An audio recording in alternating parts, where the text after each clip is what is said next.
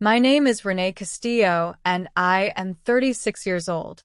Last autumn, in a school auditorium in North Carolina, my stepdaughter finished her first piano recital, looked past her own mother, found me in the third row, and said the word that broke everything open. Mommy. She said it into a microphone that was still live from the announcer. She said it in front of 60 parents, her piano teacher, and one woman who had been circling that word for over a year, waiting to catch it. 2 weeks later, a courier handed my husband a stack of legal papers accusing me of alienating his daughter from her mother. Every hair braid I had ever done, every math worksheet, every glass of water at midnight was rewritten in that file as evidence against me. But nobody in that auditorium knew the truth. That word had been planned, and not by me. Welcome back to the channel, where we tell stories about people who get pushed to the edge and hold their ground with grace instead of rage. If a story like that means something to you, drop a comment, hit like, and subscribe before we start. Now, let me take you back to where this began. I need to tell you who I actually am because the court file got it wrong on every page. I am a speech-language pathologist. I've spent 12 years teaching children who stutter how to trust their own voices again. Family court, it turns out, does not care how gently you speak. I met Marcus through a mutual friend at a fundraiser for the clinic where I worked. He was a contractor, steady hands, steady voice, and a 7-year-old daughter named B with a gap in her front teeth and an opinion about everything. We married the following spring, almost 2 years before that recital. And before I moved one box into his house, I wrote myself rules. Real rules in a real notebook, because that is how I keep myself honest. Rule 1. I am BEA's stepmom, and that is the only word I use for myself. Rule 2. I do not attend anything her mother is already attending unless B asks me herself. Rule 3. I never say one unkind word about her mother, not in front of B, not behind her, not even alone in my own car. People asked why I was so careful. I told them speech therapists are wired that way. The real answer sat deeper. I had grown up as the child stuck in the middle of 2 parents at war, and I remembered exactly what that middle does to a kid's stomach on a school night. I will get to my part of this later. What matters first is that I followed every one of those rules for 2 full years, and it still was not enough to protect me. B did not warm up to me because I tried hard. She warmed up because I stopped trying and just existed near her. I picked her up from piano on Wednesdays because Marcus worked late those nights. We ate string cheese in the car, and she narrated an entire imaginary kingdom to me through a mouthful of crackers. She had a habit of humming her scales under her breath at bedtime, and one night, half asleep, she mumbled "Mom," then caught herself and said "Renee," like the word had slipped and she'd yanked it back by the collar. I laughed it off. I did not think about it again for months. I should have, not because B did anything wrong, but because someone else had been listening for exactly that kind of slip and she was taking notes. BEA's mother, Priscilla, was not a monster. I want that on the record, since so much else ended up on one. She was an event planner with a color-coded calendar and a spotless minivan, and she loved B in a fierce, controlling way. At BEA's 8th birthday party that winter, held at a gymnastics gym timed down to the minute, I came because B asked me at pickup, bouncing on her toes. Rule 2 says her ask wins. I stood near the wall and handed her our gift, a beginner's ukulele. She hugged me around the waist and held on a beat longer than diplomacy allowed. Across the room, Priscilla's sister Deb watched us over a paper cup of punch and said, loud enough to carry, how sweet, the babysitter came. Later, boxing up cupcakes in the kitchen, Priscilla smiled at me, calm and terrifying. There's only one mom in this story, she said, and handed me a napkin like we'd been discussing the weather. I drove home and told Marcus we needed thicker boundaries. From then on, every schedule change went through the co-parenting app, nothing casual, nothing I could later be misquoted on. He thought I was overreacting. I had counseled enough kids caught in custody fights to know I was not. Here is the strange part. That spring, Priscilla warmed up. She waved at drop-off. She told Marcus that we talked about Renee constantly. Wasn't that lovely? My instincts went off, and I could not explain why. Warm should have felt safer than cold. It took me half a year to understand that warmth was bait. The recital was the second Saturday in October. Folding chairs, a school auditorium that smelled like floor wax, a program printed on pink paper.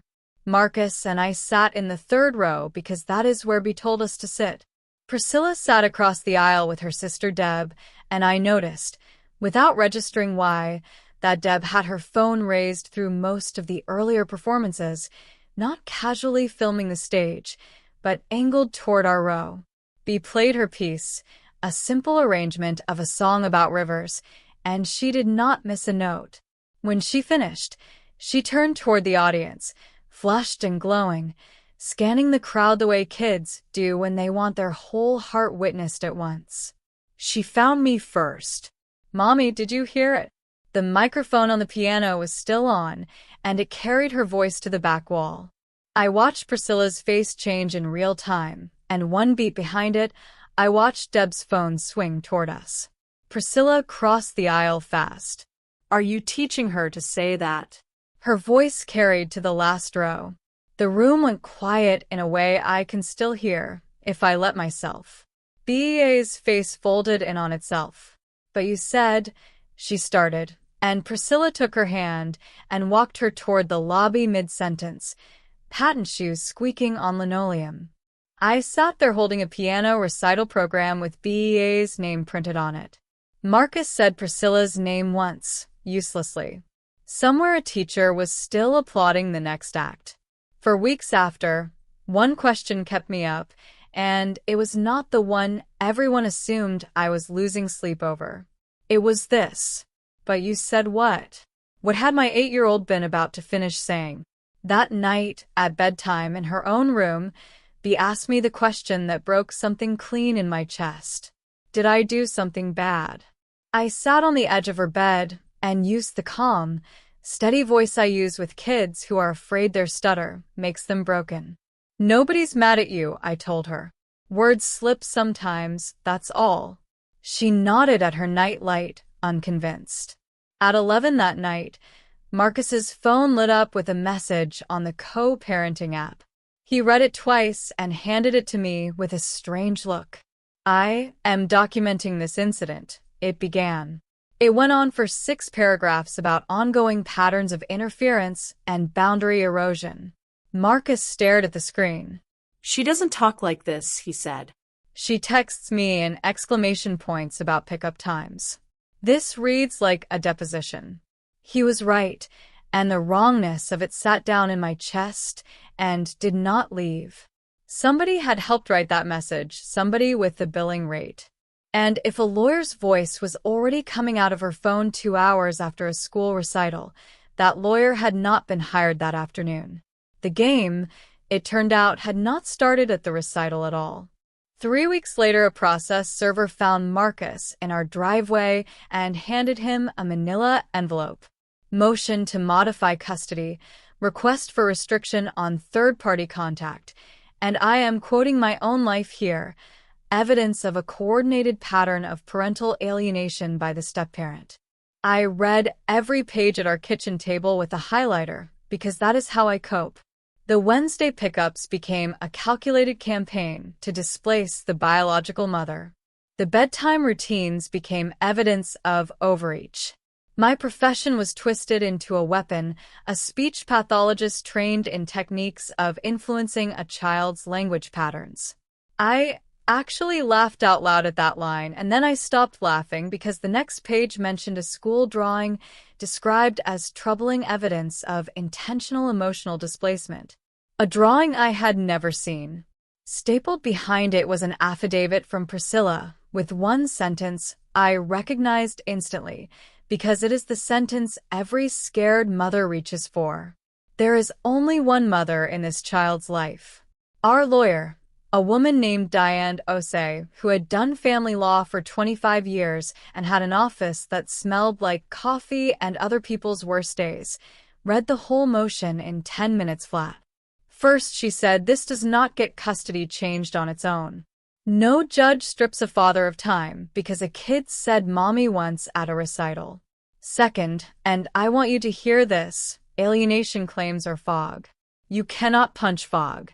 Every kind thing you do from this day forward can be photographed and stapled into their story. The court will likely appoint a guardian ad litem, a neutral investigator for B. This takes months. The retainer was $8,000, our savings for a new roof, gone in one signature. Then Diane flipped to the original custody order and tapped a clause I had never read closely. Right of first refusal. If Marcus could not personally watch B for more than 4 hours, Priscilla got the first option, before anyone else before me. It's a standard clause, Diane said. It's also a weapon if somebody decides to swing it. She swung it that same week. I lost pickup privileges at BEA's school within days. A letter from a law office had already been filed removing my name from the approved list. I sat in my car outside the school and watched through the office window as B scanned the pickup line for a car that would not come, and nobody had told her why. Marcus's coaching commitments, my clinic hours, every gap in our schedule Priscilla could read like radar, she claimed. B started falling asleep in transit between 2 houses, a stuffed rabbit doing shift work between 2 beds, a library book perpetually lost in the handoff. I am a speech pathologist. I know what stress does to a child's mouth before it does anything else. B started stuttering again, badly, for the first time in 3 years. I flagged it immediately. Marcus tried to adjust his schedule and could not undo a calendar Priscilla had already mapped. And then one Wednesday in the car, string cheese forgotten in her lap, B told me something that told me this was worse than logistics. Mommy asks me every night what you and me did, she said, and I don't know the right answer to give her. I told her every true answer is the right one. She nodded like I had assigned her homework. My stomach has not fully unclenched since. I said I would tell you my part of this, so here it is short. When I was 10, my father married a woman named Odette who had a laugh like wind chimes and taught me how to braid my own hair without crying about the tangles. I loved her instantly, the way lonely kids do. My mother found out I had hugged Odette at a school assembly, and on the drive home she gripped the wheel and told me if I ever did that again in front of her, she would consider me lost to her. 10 years old, learning the exchange rate on love from the back seat of a car. So I adapted. I loved Odette in secret and became useful in daylight, because useful children do not get sent away. I got straight A's nobody had a check. I became the kind of therapist who writes careful notes and the kind of stepmother who writes herself a rule book. You see the pattern. My whole life, I believed belonging was something you paid for through flawless behavior. Odette died the year I turned 24. At her funeral, my mother told the mourners she was glad Odette never had children of her own. I decided in that pew that if I ever got a B, she would never live in the middle the way I had. I wrote my rule book, so she never would. Priscilla was about to hand her that exact childhood, laminated with exhibits. The guardian ad litem, a retired teacher named Patricia Nkemelu, visited our home in November. I cleaned it to a standard I am not proud of admitting. I laid out BEA's routine in a binder, school, allergies, piano schedule, homework log, extra copies in case she wanted them. Patricia walked through for an hour, asked B her favorite dinner, took notes I could not read upside down even though I tried. At the door she said, "You keep a very organized home, Mrs. Castillo," in a tone I chose to hear as a compliment. 2 weeks later, Diane got a read on the preliminary impressions. "She finds the home stable and the child bonded to you," Diane said. "She also described you as composed, prepared, and possibly rehearsed." Rehearsed. 12 years of careful notes. of being the calm one in every room, and the first neutral observer of my life wrote it down as a red flag. The very thing that had always kept me safe was now testifying against me. But here is what actually mattered from that visit, though I did not know it yet. Patricia had asked Bea at length about the drawing mentioned in the motion. Bea told her, matter of fact, I made that at school back in September. Before the recital. Before everything. I learned what the drawing actually was from Bea's teacher, who told me only what any parent in that hallway could already see. In September, the class had done a family tree unit. The drawings went up on a bulletin board for open house. Bea had drawn 3 figures, a woman with dark hair labeled Mom, a tall man labeled Dad, and a third figure holding what was unmistakably a ukulele, labeled Renee. There was a lopsided sun in the corner, the same sun she puts in the corner of everything. That was it. That was the entire crime. An 8-year-old drew the people who love her. The teacher remembered Priscilla standing in front of that board a long time at open house, long enough to be noticed by a teacher juggling 40 conversations at once. Then she photographed it and said nothing. 3 weeks later, she got friendly at drop-off. 5 weeks after that, Deb's phone was already raised at a piano recital before Bea had even finished playing. I did the math over and over. She saw the drawing in September. The warmth started right after. Whatever happened at that recital had been loaded somewhere between a bulletin board and a birthday party. A month later, that crayon drawing had a new name, Exhibit C. I opened the formal response packet alone at our kitchen table and found a photocopy of it inside, my figure with the ukulele, the sun gone gray because photocopiers do not believe in suns, a white sticker in the corner marking it evidence. I sat with that page a long time. I have comforted parents through terrible diagnoses in my career. I am telling you that a photocopied crayon drawing with an evidence sticker on it is one of the heaviest things I have ever held. The interim hearing was in December. Deb's video played on a courtroom screen, the recital, the turn, Mommy, did you hear it cut clean before BA's, but you said. Edited grief, looks very tidy. Priscilla's attorney called it a window into a confused child's daily reality. The magistrate issued an interim order. Pending investigation, Mrs. Castillo shall not represent herself as a parent to the child's school or providers. It was not a finding. Diane said that 4 times on the courthouse steps. Orders do not read the way they are intended to read. They read the way they land. 2 weeks into the new restrictions, Bea stopped calling me anything at all. She stood in our kitchen doorway one evening twisting her shirt hem and said, "Can I have some water, please?" No name attached. Because somewhere between 2 houses, a girl had decided every name in her mouth was a landmine, and the safest word is no word. Marcus and Priscilla had already agreed, one of the only civil things they managed that season, to get Bea into therapy with a gentle counselor named Dr. Whitfield. After a session in January, Dr. Whitfield told them both what I could have told anyone from the front seat of my car. She's protecting the adults by erasing herself, Dr. Whitfield said. She is 8. That night I took out my notebook and wrote a new rule at the bottom. Need nothing. Not a name, not a title, not a thank you. Then I looked at it and tore the page out, because even I could hear the old reflex in it, the girl setting the table, so she would not be sent away. By February, my steady husband hit his limit. He came home from a call with Diane, dropped his keys hard enough to crack the bowl, and said, "We're done defending. I want to go after her. Investigator, her finances, everything. She is burning our family down, and I keep handing her matches." I told him no. Not gently, flat. I will not do to BEA's mother what she is doing to me. He raised his voice for the first time in our marriage. You don't get to be the only person in this house with principles, Renee. Your principles are losing. It was our first real fight, the kind with a shut door and a blanket on the couch. Near midnight, he came and sat on the edge of our bed and told me something in a voice I had not heard before. The day Priscilla's divorce was finalized, her mother took her to lunch in public and told her that divorce is what women do when they fail. Her own mother, in front of a restaurant full of people. That's the water she swam in her whole life, Marcus said. I'm not excusing her.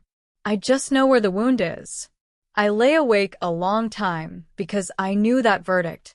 My own mother had handed down the same one from a driver's seat when I was 10.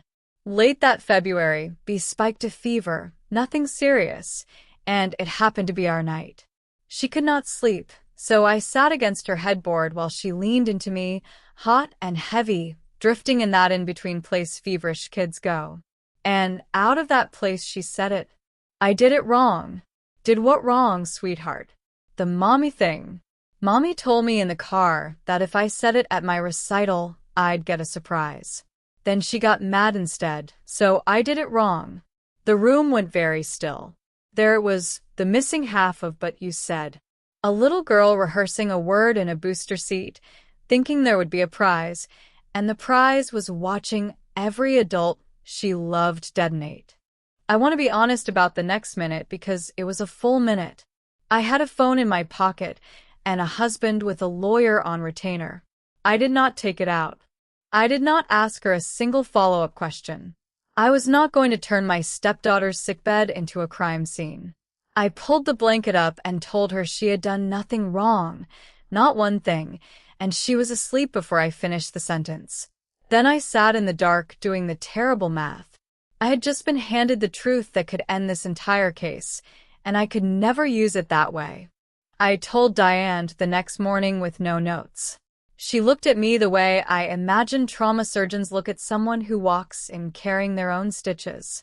A feverish 8-year-old's bedtime sentence is not evidence, she said, and you recording or coaching her to repeat it would be the exact crime they've accused you of. So, we don't touch the child. But there are clean doors. Door 1, they made that video. That opens discovery into how it was made and what was said around the making of it. I can subpoena the messages between Priscilla and her sister. That's not spying, that's procedure. They invited at the moment they filed the clip. Door 2, Patricia still has to interview B alone. No scripts, no parents. Standard for every investigation. We do not shape it. Whatever she says in that room, she says on her own. My one condition, which I made Diane write down, was that nobody prepare B for that interview. If the truth walked out of that room, it would walk out on its own feet. The discovery came back 9 days later, a PDF of message threads. Priscilla to Deb, 3 weeks before the recital. Be there Saturday, phone up the whole time. You'll know it when you hear it. 1 week later. I've been working on it with her all week. She'll say it. And 8 days after that. Did you get it? Send me the clip before you send it to anyone else. I read it twice. Marcus read it once and stood at the window with his hands on his head. Diane was, professionally speaking, delighted.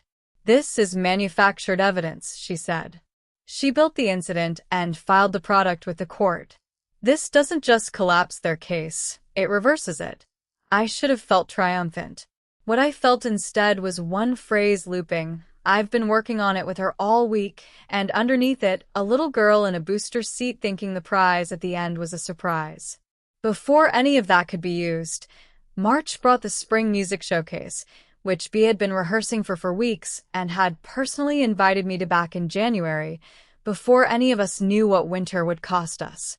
Rule 2 says her ask wins, so I went as what I legally still was, a guest, name tag, reading visitor. B came around the corner, saw me and Marcus by the door, lit up, then saw her mother near the stage and stopped cold. Her eyes went left, left, and then she turned and ran into the girls' bathroom and locked the door. It took the school counselor 40 minutes talking through it to get her out. When she finally came out, she said one sentence loud enough for the whole hallway. I don't want anybody to come to anything ever again. Priscilla left before B came out, not in victory, walking like a woman carrying something that had gotten heavier. That Monday, Patricia interviewed B alone at her office, with a box of fidget toys. Everything I know comes from the report Diane later read to me. They talked about school, about her rabbit, and then, unprompted, Bea said it herself. Mommy told me to say it at my recital. We practiced it in the car. Then everybody got mad at Renee. Renee never asked me to call her that, not one time. She said I already have a mommy. Patricia asked what Bea wished would happen. Her answer is in the file verbatim. I want to stop being the one who carries the words. Everybody keeps making me deliver things, and I'm the one who gets in trouble for it. Diane set the report down like it was hot. With this and the messages, she said, their case doesn't have a floor anymore. We were winning completely, and the little girl at the center of it had defended me better than any attorney, to the one stranger whose entire job was to listen. I sat there holding total victory and felt the floor go out from under a locked bathroom door. 3 nights later, I saw the machine behind Priscilla up close, by accident, in a grocery store parking lot. Her car was 2 spaces down, phone face up on the dash on speaker, window cracked. I heard her mother's voice, clipped and certain. If that woman ends up raising her, you were never really her mother. Fix this, or don't bother coming to Easter and pretending everything is fine. The call ended. Priscilla did not cry. She sat with both hands on the wheel staring at the store's automatic doors like a test she was failing, and she looked exactly like a 10-year-old learning the exchange rate on love in the back of a car. I stood there unseen, holding my groceries. Nothing about that moment excused what she had done. It also would not leave me alone.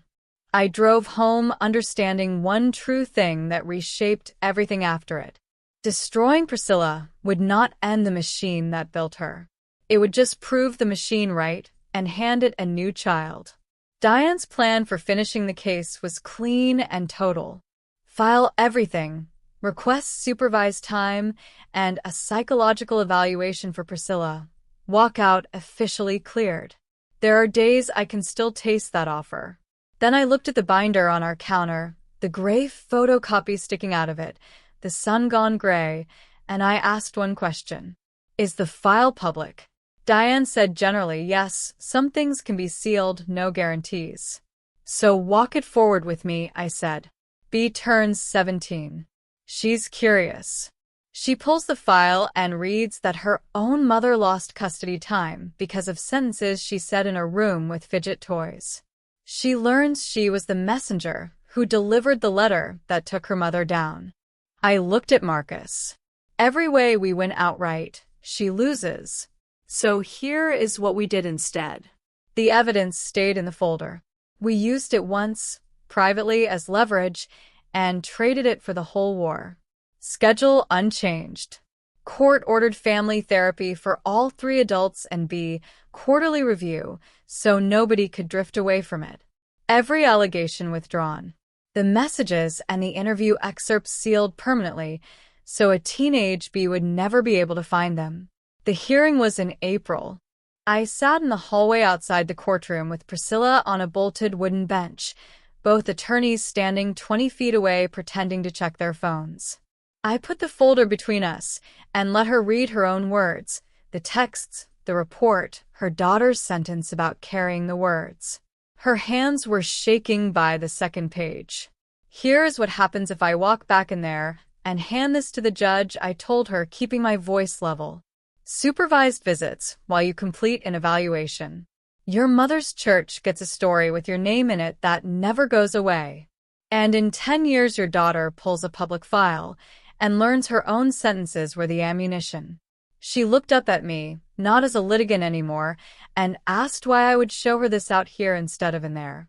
Because you were right about one thing, I said. She doesn't need 2 mothers. She needs 2 adults. Here is the one-time offer. Withdraw everything today, on the record. Schedule stays exactly as it is. All of us into court-ordered family therapy. This folder gets sealed forever. It will always say you withdrew, and it will never say I was innocent. I give up the verdict. You give up the war. She signed. Back inside, the magistrate read our joint stipulation slowly. Parenting schedule unchanged. All motions withdrawn with prejudice. Family therapy for all three adults and the child. Quarterly compliance review. The interim restriction on me dissolved. Discovery materials and interview excerpts sealed by agreement. So ordered.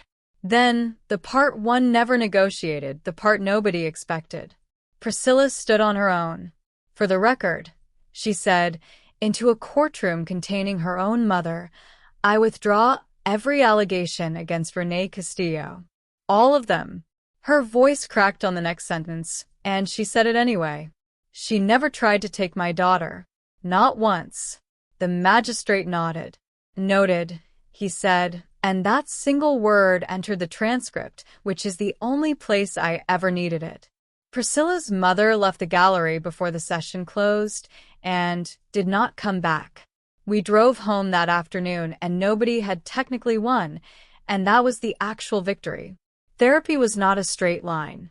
We built sand tray walls down the middle of everything for weeks, which Dr. Whitfield said was not subtle and not bad, just a child asking if the fighting was really over. Slowly, a degree at a time, the stutter eased. The nightmares thinned out. By autumn, standing in our kitchen doorway with her water cup, Bea said my name again, easily, like it had never been dangerous at all. I filled the cup slowly, so she would not see my face. The following spring, almost a year after that recital, Dr. Whitfield asked Bea if she wanted to share something in session. She pulled out a folded drawing with the ceremony of a kid presenting state secrets. For figures this time, 2 houses, one lopsided son in the corner where her sons always live. Mom in front of one house, Dad and Renee in front of the other, my figures still holding the ukulele. Underneath, in careful handwriting, a caption that took 2 lines. I have a mom, and I have a Renee. Priscilla looked at it a long time, the way she once looked at a bulletin board in September, and then she laughed, wet-eyed, and said that's exactly right, bud. That drawing hangs on their refrigerator now, no sticker in the corner, no case number attached. I spent my whole life believing love was a chair you had to earn and defend. Priscilla spent hers believing the same thing under better lighting. In the end, it took an 8-year-old with a crayon to teach an entire courtroom what neither of our mothers ever learned. Love was never a chair someone has to lose. It's a table, and the only job the grown-ups ever had was to build it longer. That's my story. One staged moment, one sealed file, one little girl who told the truth the moment somebody finally let her. If this reminded you that loving a child is never a crime, share it with someone raising a blended family. Tell me in the comments where you're watching from, and I'll see you in the next one.